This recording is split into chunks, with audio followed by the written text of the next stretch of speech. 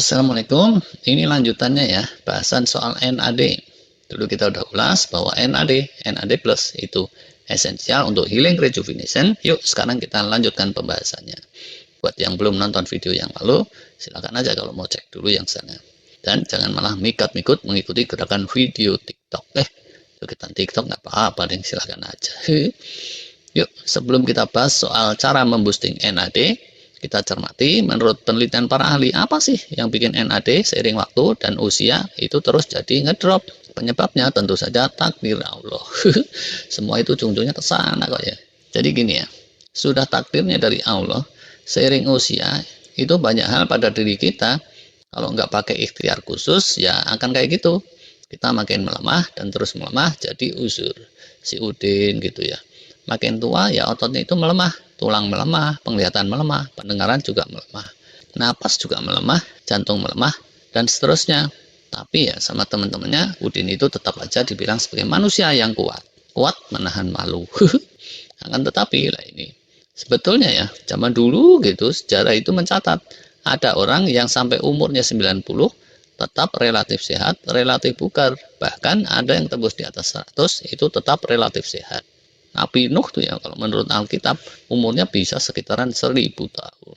Nggak jadi kalau baru umur kepala 7 gitu apalagi masih lebih muda itu mestinya jangan belum udah nyala-nyalain takdir. Kalau ikhtiarnya benar NAD-nya itu bisa dibikin kencang lagi dan healing rejuvenation-nya bisa jos lagi terus bisa dibikin lebih bugar sampai berpuluh-puluh tahun berikutnya. Begitulah diteorikan oleh para pakar longevity anti penuaan. Terus mereka itu bikin-bikin hipotesis dan penelitian-penelitian lanjutan. Ternyata gimana coba hasilnya? Ternyata ya dicobakan pada sampel hidup dari sel-sel hewan percobaan di lab, hasilnya cukup mencengangkan.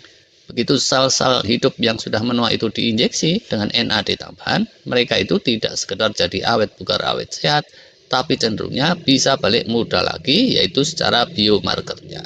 Jadi tidak sekedar slowing down aging, booster NAD itu bisa reversing aging, mendorong pemudaan kembali. Nggak bercanda loh ini, serius. Walau begitu lah ini, ada sejumlah masalah. Selalu ada kan ya masalahnya. Karena dunia ini isinya memang permasalahan. Kalau isinya kacang hijau, itu onde-onde. Masalah pertama, handling NAD itu tidak mudah. Padahal untuk jadi suplemen, idealnya itu zat-zat berkhasiat bisa dibikin kering kayak tepung, terus dimasukin kapsul, disimpan bisa berbulan-bulan bertahun-tahun, idealnya kayak gitu. Nah, NAD nggak bisa dibikin kayak gitu. Keduanya, meningkatkan NAD di tubuh tikus curut itu susah amir.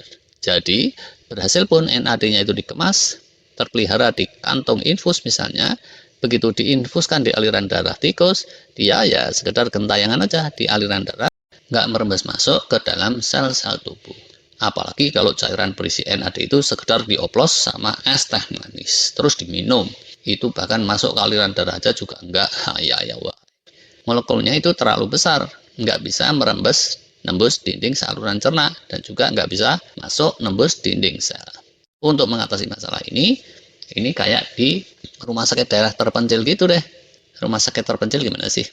Kalau langsung mau rekrut dokter spesialis yang jago, itu susah kan ya.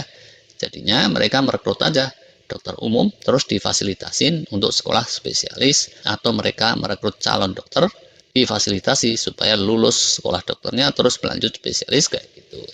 Calon dokter itu disebut prekursornya dokter, dokter biasa yang junior itu prekursornya dokter spesialis kayak gitu.